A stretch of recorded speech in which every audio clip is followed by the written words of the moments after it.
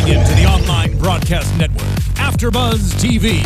Over 20 million weekly downloads in over 150 countries, and your number one source for after-show entertainment.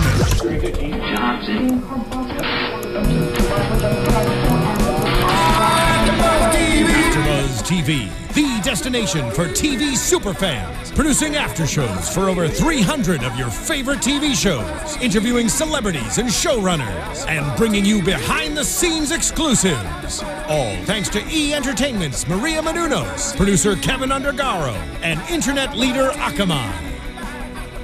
Now, let the buzz begin!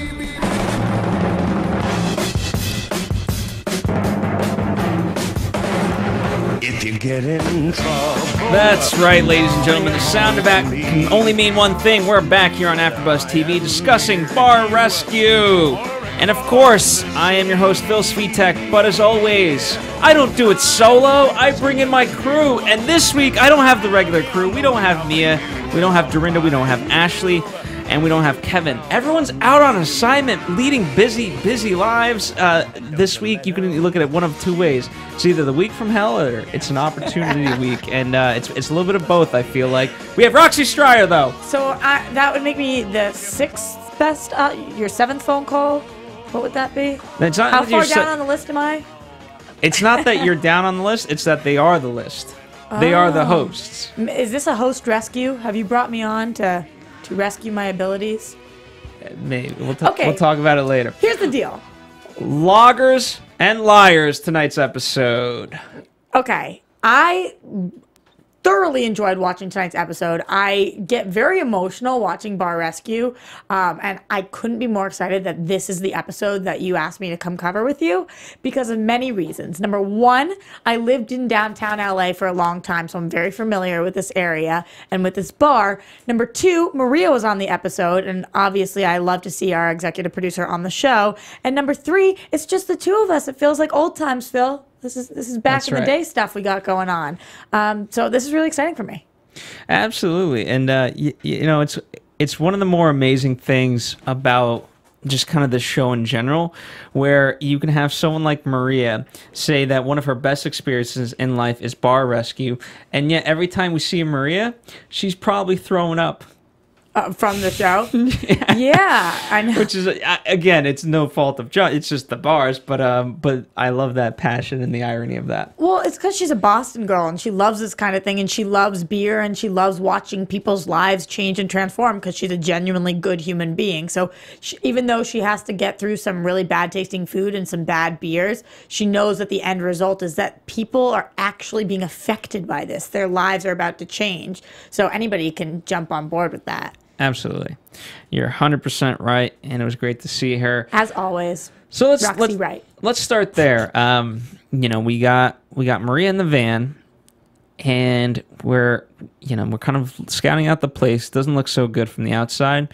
And instead of just doing recon, because John's gone in and done recon himself, but now he's going to come in there, see if all the attention goes to them, and he's going to send in a second recon team with the At Midnight team. Yeah, John and Jason. Yes. I thought this was really, really clever. You know, if you're going, number one, just having John in there, obviously they're going to cater to you. But then you throw in Maria Menounos, who's obviously a major celebrity. And anytime she walks into any bar, obviously people are going to go rush over to her. So now we have this more subtle team going in. And we see, is all the attention really going to go to Maria and John? Or are they going to spread it even? Because every customer should be treated well, no matter what. Absolutely. You're 100% right. And especially for a bar that was completely empty. Like, yes, you give... obviously, you want to give a little bit special treatment to John and Maria. But at the end of the day, service does not have to suffer. Oh, of course not. Absolutely. Why should it have to suffer? It's not for like... 5 people at a bar. Exactly. It's not like they were jam-packed and it was one of those, ooh, we'll get to you in a couple minutes. There was... What were there, 6 people at the table? I feel like the staff to bar attendees ratio, I think there was 1.5 staff members to each bar patron. Right. Which is insane. Yeah, that's absolutely ridiculous. And especially, this is in the heart of working LA. There are people after work, they should be going to, who doesn't want to grab a beer after a long day of work? That's exactly what people want to go do. Or if it's nightlife and it's the weekend, everybody's going out downtown. So this place theoretically should be packed 24/7, especially they have major bars all around. You know, this was on Broadway and West 8th Street. So just within walking distance, a couple blocks, there are some of the biggest bars in LA. Foot traffic alone should make this bar packed. They would have to really suck to have only 6 people in there. You'd be amazed how easy it is to really suck, though.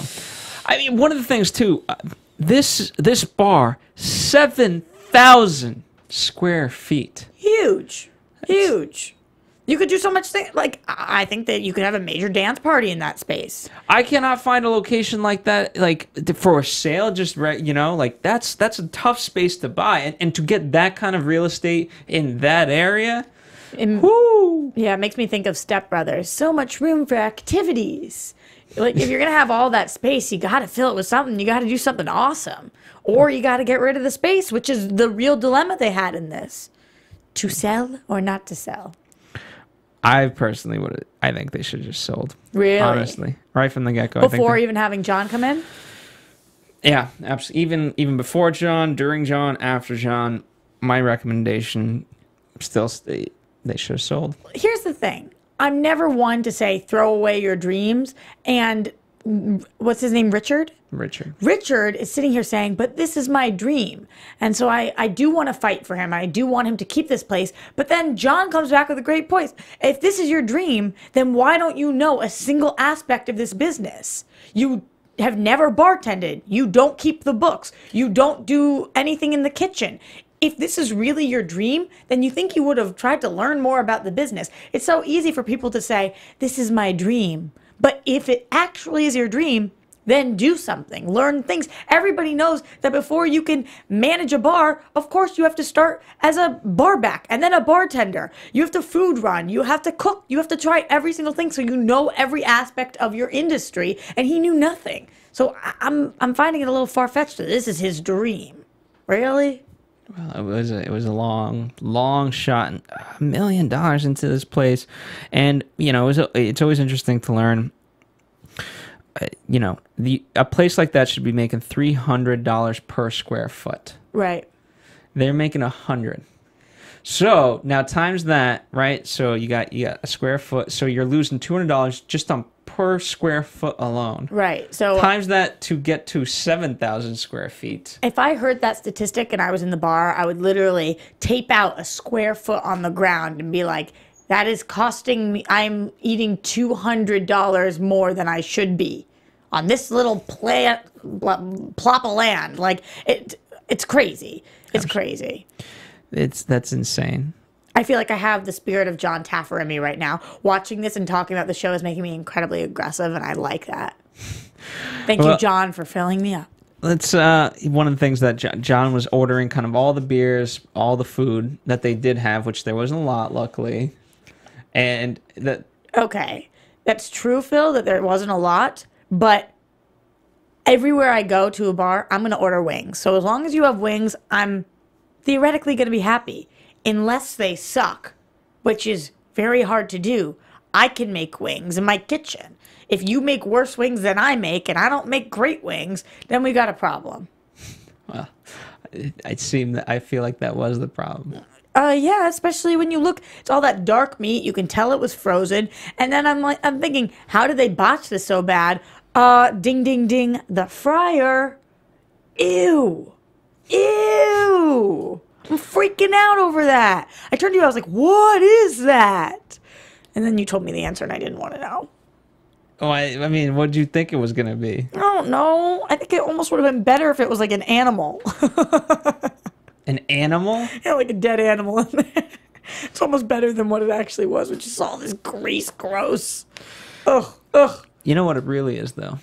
Neglect. Ugh. Oh, that wasn't even the worst part. The mold in the keg. Oh, because I worked at a bar for 5 years, so I know all about this kind of, not all about, but a lot about, and I've changed kegs a million times. If I ever went to change a keg and there was mold in it like that, I would have just dropped dead right there. That is disgusting. It was like this white fuzz circle patch. Oh my God, I can't even believe they captured that. And it's not like they went to change every kegs. Imagine if you went and changed all 100 kegs, how much mold there was. That is horrifying. I can't believe Maria drank that. I want to go cry for her. I want to go rub her back and say, Maria, it's going to be okay. Like, can you imagine her watching this episode back, looking at that mold? And any person who ever went to that bar. Yeah, I mean, obviously, a couple of things at work here. First and foremost, they didn't really have an inventory system, right? And so they had mentioned you're supposed to switch it out every 2 weeks. You're supposed to be switching these out. Now, if you're selling this beer, then that should just happen naturally. Like, oh, crap, we're out of this beer. Let's get another keg on the tap. Absolutely. Right? So first and foremost. Now, obviously, in terms of inventory, it's a good indicator of, okay, what you need to stock up on. What are my biggest sellers versus not? And so I'm not, I'll try to for the one that I have to that's selling the least amount, I'll get a new keg once every 2 weeks because that eats the least amount of cost. Absolutely. And so if obviously someone wants it, then I can have it. Or if it's honestly just not doing great at all, try another one. Mm-hmm. Get something that could potentially sell. Get people excited. Keep the shuffle going. But the problem was there was none of that system in place. And you can call it a promotional system. But one of the things I also want to ask you about is the family dynamic. Yeah. You had aunts, uncles, sisters, nephews. Yeah. This was really, really intense, and obviously it escalates what's going on because they are blood related. And that's when family business, it gets really, really complicated. Who owns what and who gets the say in what? And honestly, now you've got people that are getting their college funds taken away because you're pulling from one industry. It seems like they have a lot of family businesses. The main one is their glass business, and now they're taking money from a business that's actually making money and putting it into a business that's losing money, which means net worth nothing for the entire family. So it's just really tough, and every single person seemed to be in agreement that Richard was the problem. The sister says it, the nephew says it, the rest of the people that work there. And if everyone's pointing their finger in his direction, you have to start to wonder. So let me ask you this. He said, he says to John Taffer, it's very easy to criticize all the things that are wrong. I get that. But you also have to see some of the good things. Where are the good things? All right. Here are a couple different things that I could think of would be good things. It was spacious. They have a lot of space and they're in a great location. So those are things that are positive. Also, the fact that they had Israel, who was amazing and a great. But I don't think he wasn't going to cite that as a positive. Yeah, that's true. When you brought up the point before about having all of these beers in the 2 weeks thing, there's so many different solutions. But at the root of it, if you can't sell one kind of beer, how are you going to sell 100 kinds of beers? It just doesn't make sense. So for them to keep going with that model and all of these things is just showing there's so many more cons than pros. I was really nervous for them because this is gonna take a lot of work. Yeah, of course. This place, because it's huge, it's dirty, their staff is messed up, they're having family issues. They're going to work, they're fighting, and then they go home and I'm sure they're fighting. This is really at the core. There's a big problem.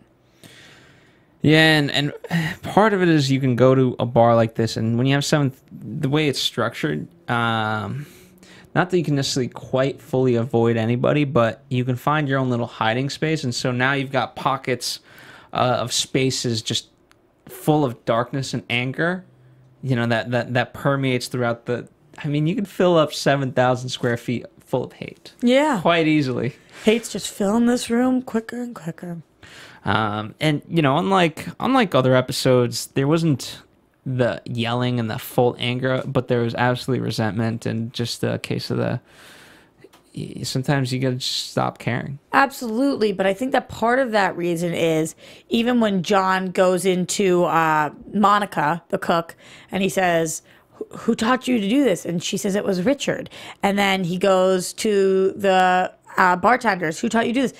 Richard, you know. So all the anger was focused at one person, which is why I don't feel like there was that much fighting going on, because it was clearly one person, the top of the food chain, was causing all these problems. And he was at first kind of combative, but then he was like, I messed this up. I did this. I mean, how are you going to fight that? When we get to the stress test, we'll talk about it, but like, dude blew it. No other way to say it. I mean, this was, it wasn't pointed out in the stress test part of it. We kind of get it as a aside later, but this stress test lasted all of 7 minutes. We were going so strong for the first 3 or 4.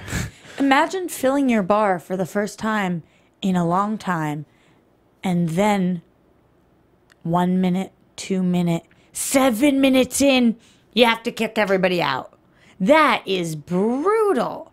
How on earth could you not have thought of this? How?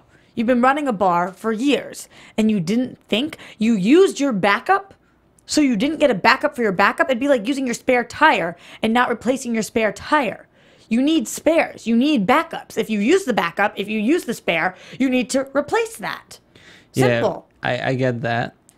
Now, from the lame side, it's one of those things like, hey, you know, you're not going to, if it goes out, it goes out. Guess what? We don't get many people anyway, so we'll just get it replaced in a week. Right, that's true. Good. They're thinking at that point they could just go down to the local store, pick up a case, and start serving that instead. Yeah, that's it, you know? And so obviously they haven't been successful, and so that, you know, having a system like that in place, you know, obviously was obsolete.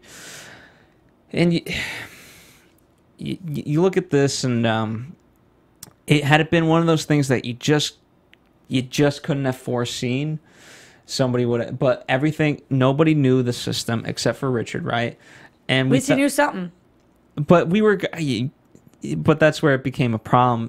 Had he taught people how to kind of perhaps do it and say, hey, here's how you maintain it, things like that, maybe they could have told them and helped them out, and I feel like they would have. Then it would have been on Richard to be like, okay, you're right, let's get a new one, at least the backup, blah blah.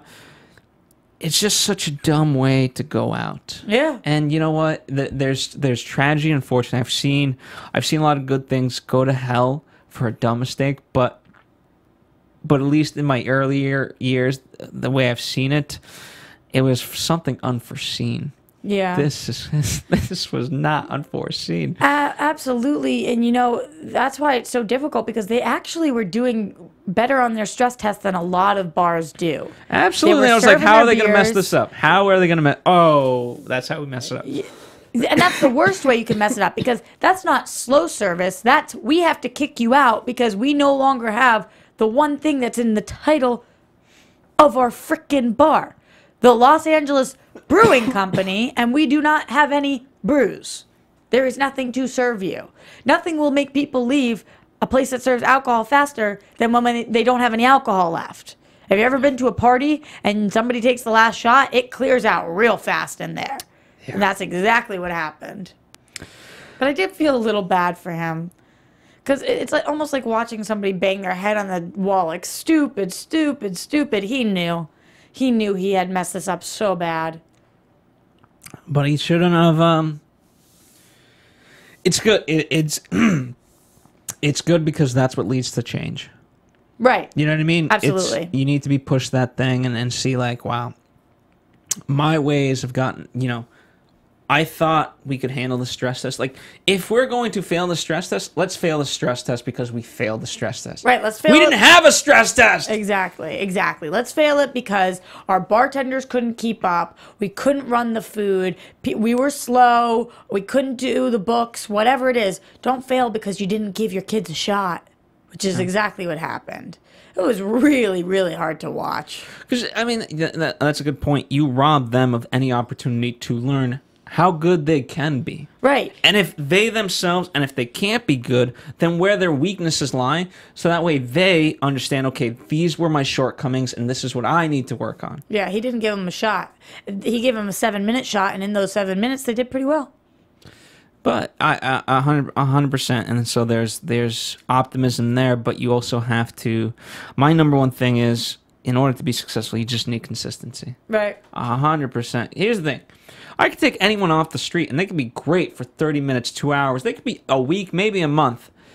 But honestly, try going day to day to day doing, those things. And honestly, if you can just be consistent. I don't need... let's take basketball, right? Someone can score 50 points a game if they could. But guess what? Can you score consistently 20 a game? Right. The tough thing about Los Angeles is a lot of people in the service industry are also working other jobs full time, such as entertainment jobs. They're actors, they're hosts, or whatever it is. And so they already are up at 8 a.m. They're auditioning or filming all day, and then they go in to work the bar from 5 p.m. till 2 a.m. So they're exhausted, which is the great thing about these people. This was his family. I'm guessing that they're not all in the entertainment industry. They really are. This is their job. This is what they're working. Maybe they're working other jobs too, but you would think that they could be more dedicated to this, more focused. So they should be more consistent because they shouldn't be as tired. They should have more invested. This is their family. This is their blood, sweat, and tears. And so I think that they really did have a shot at kicking butt until the stress test. Until the stress test. You need to breed an environment where people can succeed and grow. Right. And that just wasn't an environment that was allowed for that. Right. Here's the thing. Like, I would, honest to God, going back to that thing, I would want people to know how to do it because I wouldn't want the responsibility, right? You talk about all the time, Richard, how he does things all by himself. You know what? Teach others to do it.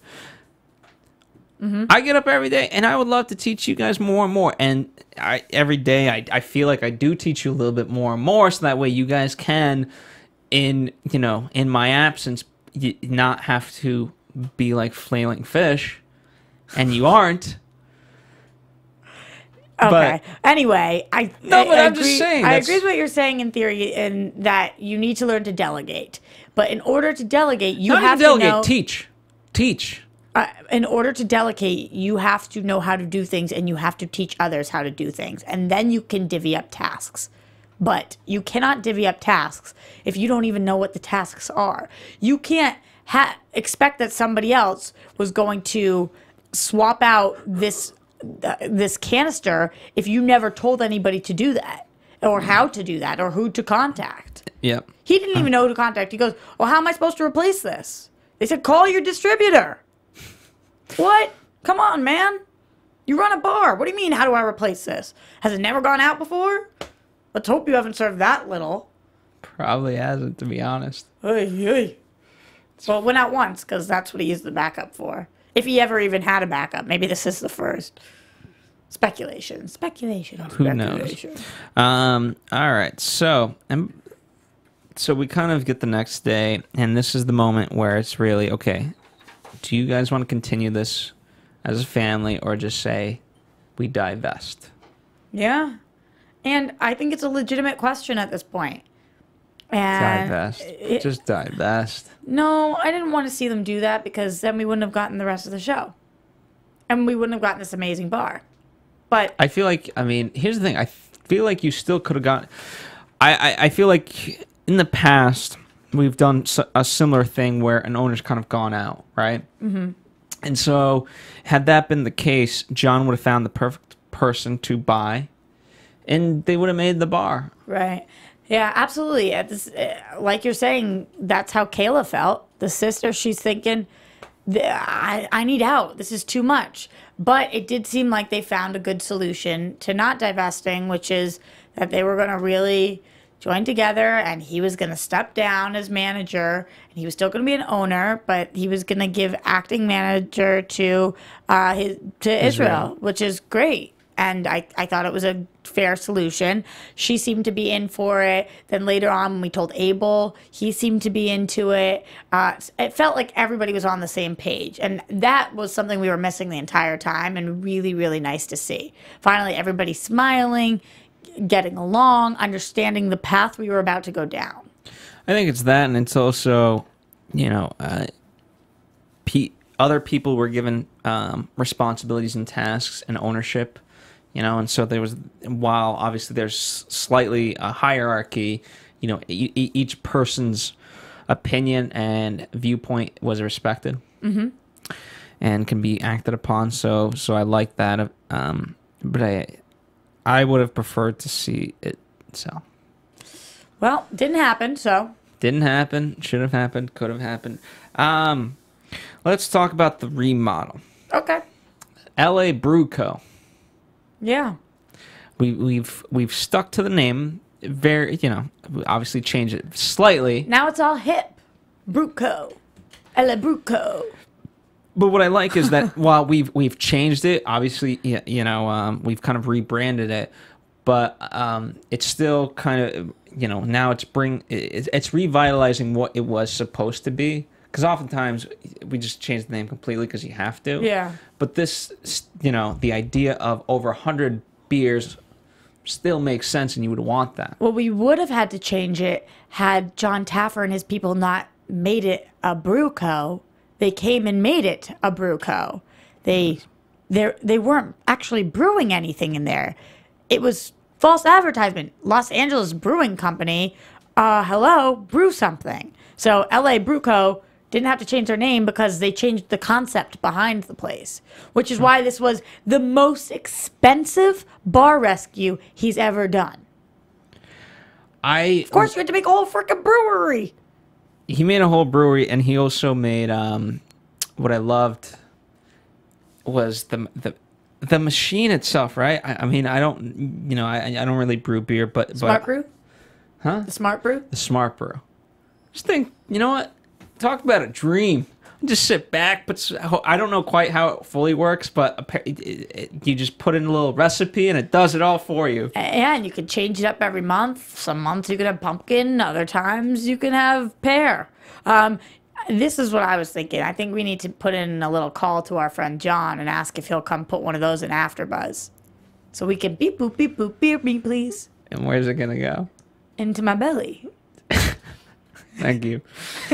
Thank you. Into the studio so that we can do our bar rescue show and actually cheers the beer, the Smart Brew. I think it's a brilliant idea. I don't know why you're not down. Okay. You'll be the brewmaster. Hello, John. You understand there, John? you will have now new responsibilities. Oh, I could be the brewmaster.